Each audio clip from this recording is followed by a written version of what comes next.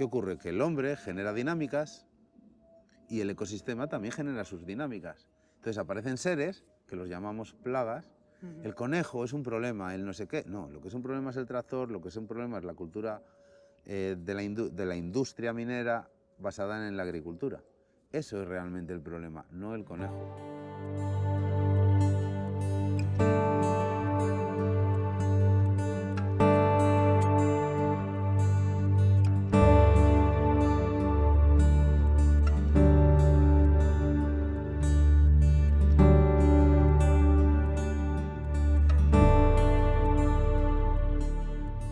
Bienvenidos a Venimos del Huerto. Hoy estamos aquí en Montornès del Vallès, en casa de Paula, en el terreno de Paula, que tiene un espacio precioso que luego nos contará. Y a quien vamos a entrevistar hoy es a Julio Castañeda. Es un crack en agricultura sintrópica. Ya solo llegar ya me ha contado 4 cosas. Digo, wow, qué poesía, qué encanto, qué maravilla. Hoy vamos a descubrir todos los principios de esta agricultura sintrópica con Julio Castañeda, que ahora mismo está de gira. Él es de Cantabria, tiene su proyecto allí, que se llama el Biobosque de Aes, pero pues, en temporadas que la tierra necesita, pues va de gira haciendo formaciones y pasando por varios proyectos a los cuales asesora. Muchas gracias por estar aquí, Julio, por aceptar esta entrevista, estar con nosotros, y cuéntanos, ¿cómo estás? Pues estoy muy bien, la verdad, me siento muy realizado. Cada 6 meses pues voy pasando por diversos proyectos donde bueno, pues comienzas implementando un ecosistema y luego pues a los 6 meses vas viendo su evolución, vas viendo cómo la fotosíntesis va generando condiciones de abundancia y va alimentando a todos esos consorcios de microbiología que van disponibilizando todos esos elementos de la tabla periódica que después a través del alimento pues van a nuestra microbiota y nos nutren de energía y nos satisfacen. Qué bien. Muy bien, pues vamos al grano, a hablar de la agricultura sintrópica y luego hablaremos un poco sobre ti y tu recorrido, ¿vale? Cuéntanos, ¿cuáles son para ti los principios de la agricultura sintrópica y sus fundamentos? Bueno, para mí la agricultura sintrópica es un conjunto de técnicas y estrategias que empoderan al agricultor, bueno, al gestor del espacio, al protector del espacio o al guardián del espacio, que se basa principalmente en el amor incondicional entre todas las especies, que nos hace salir de la dualidad mental y nos hace interpretar cómo funciona realmente un ecosistema, pero hay que entender que realmente es una estrategia que se introduce en nuestra mente y se introduce en nuestro ser, que nos lleva a un sentir y que nos lleva a una relación con el ecosistema. Aún así, solo podemos decir que la naturaleza es infinita, tiene un conocimiento infinito, somos los últimos seres en aparecer en este plano, todos ellos, plantas, hongos, animales, llevan mucho más tiempo aquí, con lo cual que tienen una conciencia mucho más elevada que la nuestra, y tan solo podemos aprender de ellos. La agricultura sintrópica es una teoría desarrollada por Ernest Goss, a la cual hay que tener mucho respeto, ya que puede ser malinterpretada, como lo ha sido la agricultura ecológica o la agricultura regenerativa por el monopolio industrial. Entonces hay que hablar de esto con cautela, con prudencia, principalmente por respeto a la vida y por respeto a todos esos seres humanos que han desarrollado una teoría. Entonces, la agricultura sintrópica tiene un lenguaje para que nuestras mentes puedan entenderse, pero está muy lejos realmente de lo que es el funcionamiento del ecosistema. Tan solo podemos interpretar un 3% de lo que realmente está ocurriendo. O digamos que la ciencia puede llegar a interpretar ese 3%. Es un mundo amplio que para mí su primer principio es el amor incondicional entre todas las especies y desde ahí, desde esa proyección mental, podemos realmente regenerar un espacio. Cuando los ecosistemas, observamos los ecosistemas en nuestros contextos, realmente no existen ecosistemas de abundancias. O sea, llevamos, hoy en día todavía nuestros niños van al cole y siguen estudiando el modelo de agricultura romana, la rotación de cultivos, teniendo una base de alimentos basada en el cereal, muy alejada de lo que es el bosque, con lo cual nuestra mente está un poquito perturbada. Bueno, ya lo decía Aristóteles esto, ¿no? Cuando desarrolla lo que es la ingeniería social, por así decirlo. Pensamiento condiciona la acción determina el comportamiento repetido crea hábitos y el hábito estructura el carácter, la forma de ser y pensar del individuo. Entonces, al final, cuando nos referimos a un contexto agrícola, son pensamientos de otro introducidos en nuestra mente que los tomamos como propios y se introducen en la parte racional del cerebro y a partir de ahí construimos cosas. Pero realmente estamos obviando una profundidad y un sentir del ecosistema que nos limita en cuanto a comprensión. Qué bueno, es que qué poético. El, y cómo engloba todo, ¿no? De filosofía hasta sí, todo. Sí, sí, sí. sí, bueno, yo siempre intento ponerme en la piel de si en vez de haber nacido en Cantabria y en el contexto familiar en el que he nacido y el cual soy muy feliz, tengo que decir, hubiese nacido en el Polo Norte o en el Amazonas hace 5.000 años, ¿cómo sería mi vida? ¿Cómo serían mis relaciones? ¿Iría a la escuela, por ejemplo? ¿Dónde estaría la escuela? ¿Serían 4 paredes, un aula, un altillo, una mesa, un señor con bigote, o directamente ese señor pasaría a tener raíces, a tener hojas o a volar y estaría en un contexto donde sintiera la temperatura, el fluir del agua o el respirar del bosque o el cantar de los pájaros? Entonces, ¿qué es el maestro? ¿Qué es el profesor? ¿Dónde está la escuela? Entonces intento proyectar ese tipo de cosas para que me permitan poder conectar lo más profundo con realmente todos los seres. Para mí la agricultura sintrópica es construir un nuevo ser que llamamos ecosistema, que es un ser mucho más eficiente que una célula.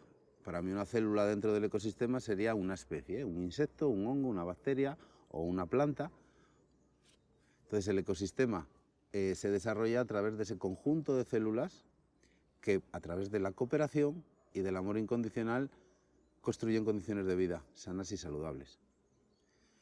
Entonces, cuando intentamos observar el Amazonas, lo que podemos ver es una inmensidad fotosintética muy grande. Es decir, hay un porrón de plantas juntas a milímetros unas de otras que todas están cooperando e interactuando entre sí. Y a la vez, dentro de ese Amazonas, viven organismos, macros o micros, que interactúan con esas especies vegetales.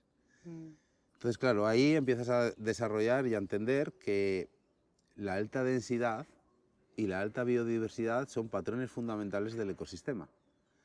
Entonces, cuando empiezas a profundizar un poco desde la parte científica, uniendo la ciencia y la filosofía, pues te das cuenta que esa situación hace que los elementos de la tabla periódica sean movidos por las dinámicas biológicas en relación a quién, a la fuente de energía que tenemos en este plano, que le tenemos a nuestra espalda, que llamamos sol.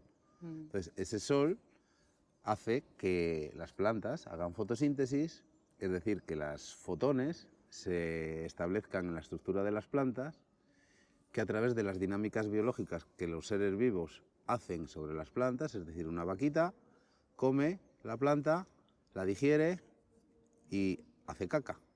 Entonces está haciendo una transmutación de la materia. O sea, algo que era planta ahora se convierte en otra sustancia que llamamos estiércol, caca, etcétera, etcétera. Que esa caca va a ser digerida por el suelo, que tiene un porrón de microorganismos, que van a ir cambiando la condición física y química del espacio. Muchísimas gracias. Estamos llegando casi a 2.500 suscriptores. Nos hace mucha ilusión y todo el equipo de Venimos del Huerto os damos las gracias. Y recordad que somos una asociación, un equipo de personas con la intención que toda esta información sobre huerto ecológico, salud, alimentación llegue a todas las casas que sea posible. Y para hacerlo nos iría muy bien vuestro apoyo. Así que si os gusta lo que estáis viendo, por favor, entrar a nuestra página web venimosdelhuerto.com y hacer una donación. O también podréis haceros socios y tendréis acceso a vídeos premium y además consultas de salud gratuitas. Y si no podéis aportar económicamente, no pasa nada, os podéis suscribir a nuestro canal. Es un pequeño gesto que nos ayuda muchísimo. Volvamos al huerto, volvamos a la tierra. Qué bueno, realmente si en el Amazonas hay tanta diversidad es porque se ha interferido muy poco, ¿no? A nivel humano se ha dejado, es la naturaleza pura. Entonces la sintrópica intenta imitar eso, como interferir un poco. Realmente el Amazonas no es que se haya interferido poco, sino que hay una cosa que llamamos megafauna. Y la megafauna tiene capacidades de ejercer dinámicas en el ecosistema muy potentes. Vale. Estamos aburridos de escuchar y de leer en libros pues, que al pájaro se le cayó la semilla, o que el elefante tira un árbol, o que el perro hace el pino para hacer pis en la punta de una planta concreta cuando tiene 5000 circunstancias para hacer pis de forma más cómoda, sin hacer el pino. Pues todo este tipo de cosas son dinámicas. ¿Qué ocurre? Que nuestros ecosistemas han perdido esa megafauna pues por la erosión que el hombre ha hecho sobre ellos. Luego, ¿cómo se comportaban las tribus indígenas principalmente en el Amazonas? Pues llegaban a una zona de la selva, generaban una dinámica muy potente, bajando toda la energía de la fotosíntesis al suelo, sembraban sus cultivos hortícolas, sus cultivos de mayor necesidad, y a la vez ahí había un banco de semillas que existía. ¿Por qué? Porque había algo que no era la no labranza. Sin embargo, cuando nosotros transmutamos la cultura agrícola y de relación con los ecosistemas en base al arado, lo que empezamos es a descubrir el suelo y a permitir que los rayos del sol entren en el suelo, generando un desgaste, generando una distorsión. Permitimos que la lluvia caiga sobre ese suelo descubierto y genere arrastre de nutrientes y escorrentía, y a la vez se está llevando el banco de semillas. Entonces, dentro de la sucesión ecológica va habiendo capas de consorcios de especies vegetales que a través de nacer, crecer, desarrollarse, reproducirse y morir, van dejando su banco de semillas y van cambiando la condición física y química del espacio. Cuando nosotros invertimos ese proceso a través de las técnicas del arado, conseguimos que se laven los suelos, que se pierdan esas cargas de materia orgánica, esas cargas de elementos minerales disponibles para los consorcios de microbiología. Le quitamos el pelo, por así decirlo, a la microbiología, le quitamos el pelo al suelo, le quitamos su acolchado, entonces la microbiología está expuesta a sol, se muere, la escorrentía nos lleva a las semillas, y entonces estamos haciendo todo lo que es el proceso inverso. Entonces es un poco cambiar el patrón y construir vida en vez de destruir vida. Europa, el viejo continente, bueno, yo no lo sé, pero es lo que nos cuentan, al final ha estado monopolizado por el imperialismo romano principalmente y recientemente pues lo que es la Revolución Verde. Revolución Verde. Ojo cómo se están utilizando las palabras. Desde mi punto de vista, la mal llamada Revolución Verde. Entonces, en esa Revolución Verde lo que se está haciendo es llevar la industria química y mecánica de la guerra al campo. Entonces los tanques se transforman en tractores, los venenos para gasificar y matar personas se transforman en biocidas, biofertilizantes, bueno, bio, habría que analizar lo que es bio, pesticidas y químicos que en vez de hacernos progresar hacia contextos de abundancia nos hacen caminar hacia... Háblame de eso, de las diferencias entre sistemas agrícolas más convencionales y la sintrópica. Para mí la sintrópica es un contexto cultural que trabaja bajo los principios de la vida. Y el resto de modelos agrícolas son producto de la industria minera. Es decir, cuando nosotros vamos al bosque maduro y cogemos recursos de manera constante para llevarlos a nuestro campo, estamos generando un desierto en un lugar para generar abundancia en otro lugar. Tenemos cientos de ejemplos. En Cataluña es una comunidad súper potente en cuanto a lo que llamamos agricultura regenerativa, que realmente regenera, es mi pregunta. Entonces, un campo de calçot o un campo de espárragos, 3 hectáreas de monocultivo de espárragos, donde estoy produciendo compost, estoy trayendo triturado del bosque, y estoy llevando ahí toda esa abundancia acumulada durante años y años y años a través de la fotosíntesis y de las dinámicas biológicas que cooperan con las especies vegetales, pues estamos generando un desierto en un lugar para intentar construir abundancia. ¿Qué ocurre? Que es un recurso limitado. Llegará un momento que no hay bosques. Así como nos dicen los romanos que desde Cantabria hasta Cádiz un mono podría viajar sin tocar el suelo, pues a día de hoy eso es inviable e imposible, gracias a la mal llamada Revolución Verde, que aceleró ese proceso, pero también hay que decir que el patrón de inicio es el modelo romano de agricultura. Entonces, la cultura del campo, que es la agricultura, se establece a través de unos criterios que generan pensamientos en los individuos y en base a esos pensamientos actúan.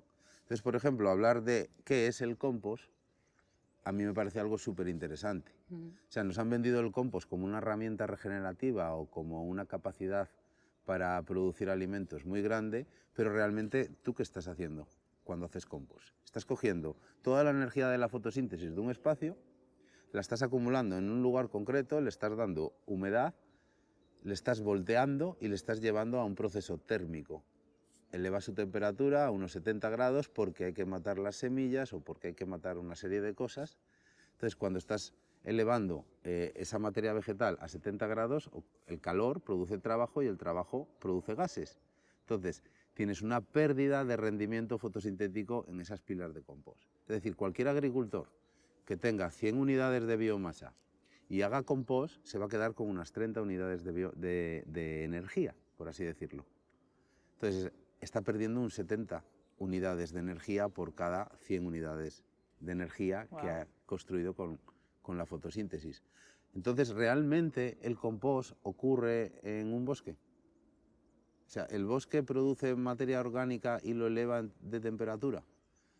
Pues en casos muy concretos podría ser que sí, pero no es una norma general. Es decir, un desprendimiento de tierra que genera que una capa de tierra aplaste una biomasa, que al final es cómo se forma el carbón o cómo se forma el petróleo. O sea, no se usa compost en la sintrópica. Desde mi visión no se debe usar compost, porque es pérdida de energía. Ahora, también entiendo que hay contextos y contextos.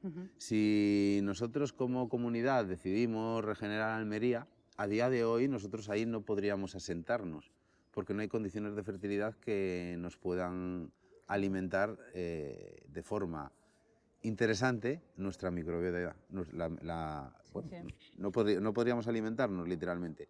Entonces, traer recursos para poder generar asentamientos que permitan que pobladores ocupen esos espacios y luego regenerar el resto desde la fotosíntesis, para mí sería algo súper interesante. Es decir, lo veo como un mal menor por mor de un bien mayor. Es decir, lo veo como una necesidad imperiosa, y más en el contexto de la península ibérica, que tiende a la desertificación por nuestras prácticas agrícolas. Pero realmente, tú, si no tienes esa necesidad imperiosa de producir alimentos, o ya tienes una zona de fertilidad donde puedes producir alimentos, realmente hacer compost es tirarte piedras contra tu propio tejado. Wow, qué fuerte. Entonces, trabajar con la sucesión ecológica, trabajar con la alta densidad, trabajar con la alta biodiversidad, desde una visión, desde el amor incondicional, y entendiendo que todos los seres vivos tienen relaciones directas con todas las especies vegetales, ejerciendo dinámicas muy potentes en el ecosistema que cambian la condición física y química del ecosistema, tenemos una situación, vienen los animales y generan otra situación. Por ejemplo, hablemos de la vaca. Ya hemos hablado antes y sigamos con ella. ¿Una vaca qué hace? Pues empieza a comer y está todo el día comiendo. Entonces, ella come un espacio bastante amplio, bastante grande, y después hace caca. Entonces, todo ese espacio que ha sido comido y digerido por la vaca, ella echa una excreta en un lugar muy concreto. Entonces, esa excreta ha concentrado fotosíntesis, ha procesado esa materia orgánica para facilitar o acelerar el proceso de introducción de esos elementos al suelo, y los ha concentrado en un lugar, cambiando en ese lugar la condición física y química de forma muy acelerada. Entonces, esa aceleración, el ganadero dice, no, porque si la vaca va al campo y caga, donde caga no come. Claro, porque donde ha cagado ha cambiado la condición. Y al cambiar la condición lo que hace es respetar la sucesión, respetar el proceso de vida. Entonces, es una vuelta que a través de la observación, es una vuelta de mirada o cambiar de perspectiva para que a través de la observación poder entender y comprender realmente dónde estamos y cuáles son esos patrones que en muy poquito tiempo nos llevan a la abundancia. Siempre está el mito de eso ocurre en el Amazonas, eso ocurre en Cantabria, porque en Cantabria llueve. Bueno, literalmente son tonterías. La fotosíntesis actúa en todos los lugares y yo estoy viajando desde Cantabria hasta Cataluña y allá donde el hombre no interviene, la fotosíntesis existe. Allá donde el hombre no ara, la fotosíntesis está y la vida está. ¿Qué ocurre? Que el hombre genera dinámicas y el ecosistema también genera sus dinámicas. Entonces aparecen seres que los llamamos plagas. El conejo es un problema, el no sé qué. No, lo que es un problema es el tractor, lo que es un problema es la cultura de la industria minera basada en la agricultura. Eso es realmente el problema, no el conejo. El conejo nos está diciendo que es un acelerador de procesos y que va a ir a ejercer dinámicas a todas esas especies que estamos plantando en los modelos agrícolas para acelerar procesos. ¿Por qué? Porque las plantas que nosotros estamos metiendo no tienen capacidades fotosintéticas tan elevadas como las que realmente cambiarían la condición. Entonces, ¿el conejo qué hace? Procesa toda la materia orgánica, concentra la materia orgánica en ciertos lugares y en esos lugares permite ese cambio de condición física y química para que aparezcan nuevos nidos agroforestales. Entonces, esos nidos agroforestales van transitando a través de la sucesión ecológica hacia la abundancia. ¿Y cómo hacemos para diseñar sistemas que imiten esos ecosistemas naturales? Principalmente tenemos que entender en qué lugar está nuestro suelo, qué consorcios de especies crecen en nuestro suelo. Normalmente suelen crecer especies que mal llamamos invasoras, exóticas, plagas, y las tenemos odiadas porque a través del lenguaje nos han introducido pensamientos en la mente que no son nuestros, son de otros. Entonces esos pensamientos nos llevan a basar nuestra mente en la dualidad. ¿Qué es la dualidad? Lo que está bien y lo que está mal. Cuando realmente el ecosistema no hace nada mal, todo lo hace a través de la cooperación y se basa en el amor incondicional. Entonces, una vez que yo he identificado mi suelo, ahí establezco un patrón de sucesión natural. Y lo ideal sería tener en nuestros ecosistemas esa megafauna que simplemente acelera procesos. Al no tenerla, tenemos que tomar nosotros esa responsabilidad de ser nosotros los que aceleran todos esos procesos, imitando a todos esos grandes mamíferos que tienen grandes capacidades. Y así como nosotros interpretamos o vemos una manada, nos sentamos en la tele a ver los documentales y vemos una manada, la manada es biodiversa. Entonces yo lo llamo Superman a la manada. ¿Por qué? Porque cada individuo o cada especie tiene una habilidad concreta y determinada. Pero cuando tú vas juntando varias especies, que es lo que es la manada, pues en el Serengeti tú vas y una manada no es una manada de llus, o de elefantes, o de gacelas, o de cebras, sino que están todos juntos cooperando. Y a la vez hay un depredador, que es el león, o en nuestro contexto el lobo, o el oso, o diferentes depredadores, que están funcionando en simbiosis. Para mí algo súper importante es escuchar las canciones de los Masai Mara. Ellos no escriben libros, pero realmente realmente transmiten su cultura a través de la música. Wow. Entonces, esas canciones... ¿Quiénes son? Los Masai Mara. Bueno, las tribus... ¿De dónde vienen? Las tribus indígenas. Ajá, vale. Todas las tribus indígenas transmiten su cultura a través de la música, de la esencia de la música. Entonces, en esas canciones descifran códigos y ellos nos hablan de cómo en tiempos de sequía el león, por ejemplo, puede matar hasta 10 o 11 veces más de lo que necesita comer. Pero sin embargo, cuando hay tiempos de abundancia, es decir, tiempos de lluvia, el león se pone en dieta y prácticamente no come. ¿No come para qué? Para permitir que